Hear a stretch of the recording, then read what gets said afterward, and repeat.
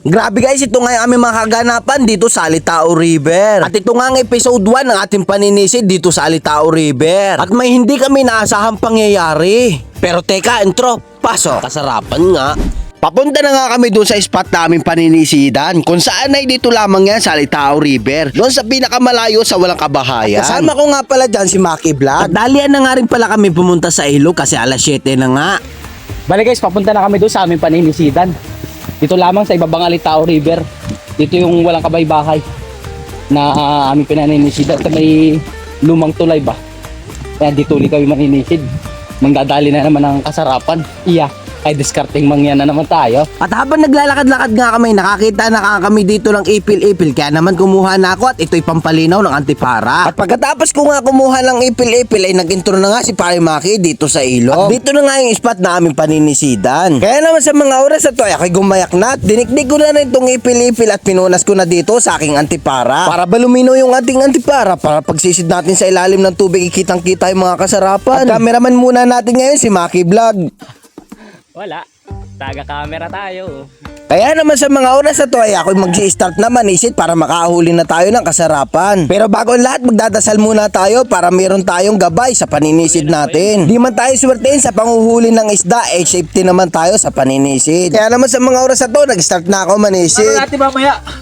Panghapunan. At yan nga pala yung una kong huli, maliit lamang.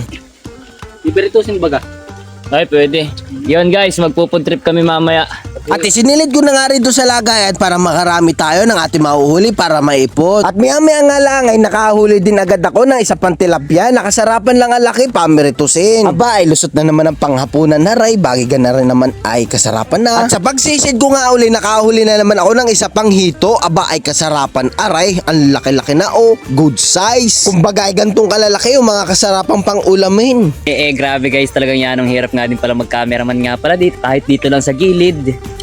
Nakakalitoy kung alin ang gagamitin kong cellphone ay. Ay sinilid ko na nga rin dito sa lagayan. At si Pare Maki naman medyo nahihirapan sa kanyang pagkakameraman. Di daw niya malaman kung alin ang gagamitin cellphone ay. Pero sa mga oras na to ay nakahuli na naman ako ng isang maliit pang tilapia. Abay pameritusin na naman. Pagkasilid ko nga sa lagayan ay sabay sisid na uli. At itong isa kong kasama ay talagang nakakarami ng nauhuli ng hipon. At ito nga pala si Reynald, the master of hipon. At kahit anong posisyon ng hipon ay surbol ang pana niya. Pero the place yun. Kaya naman sa mga oras na to ay may huli na naman ako, 2 tilapia at 3 hipon nasa bibig. Aray mo. Pati ba naman hipon na ilagay sa bibig? Oh. Nangangasipit ka tuloy, nilagay mo kasi sa bibig ay.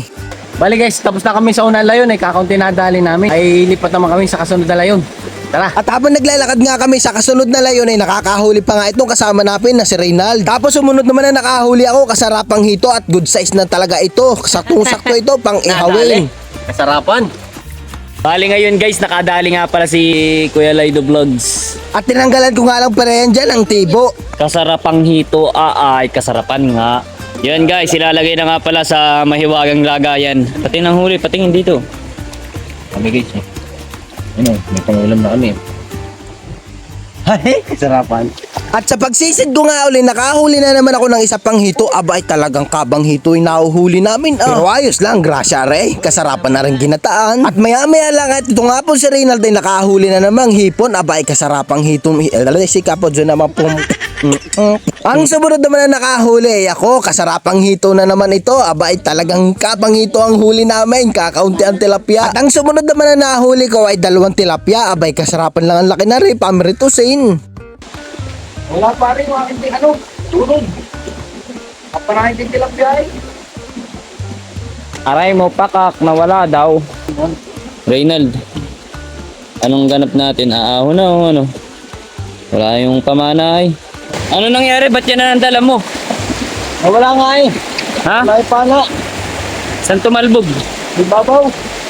Aray mo. Hindi ko makakita.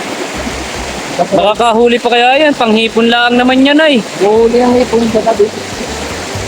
At dahil nga nawala yung aking tunod, ito nga pala yung mga huli namin at umahon na kami. Maraming salamat nga pala sa iyong panunod. Araw-araw, sipag lang. Patungo sa bukas.